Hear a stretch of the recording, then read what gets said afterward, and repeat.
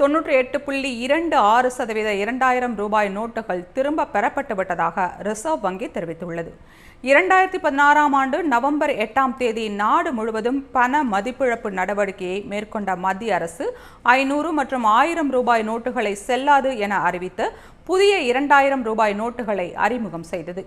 இதை மாற்றுவதற்கு மக்கள் சிரமப்பட்ட நிலையில் கடந்த 2023 மே 19ஆம் தேதி 2000 ரூபாய் நோட்டுகள் புழக்கத்தில் இருந்து திரும்ப பெறப்படுவதாக ரிசர்வ் வங்கி அறிவித்தது.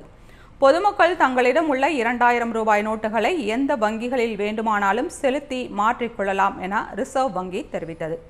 இந்நிலையில் 2000 ரூபாய் நோட்டுகள் திரும்ப பெறப்படுவதாக அறிவிப்பு வெளியிடப்பட்ட போது நாடு முழுவதும் 3.56 லட்சம் கோடி ரூபாய் மதிப்புடைய 2000 ரூபாய் நோட்டுகள் மக்களிடம் புழக்கத்தில் இருந்தன.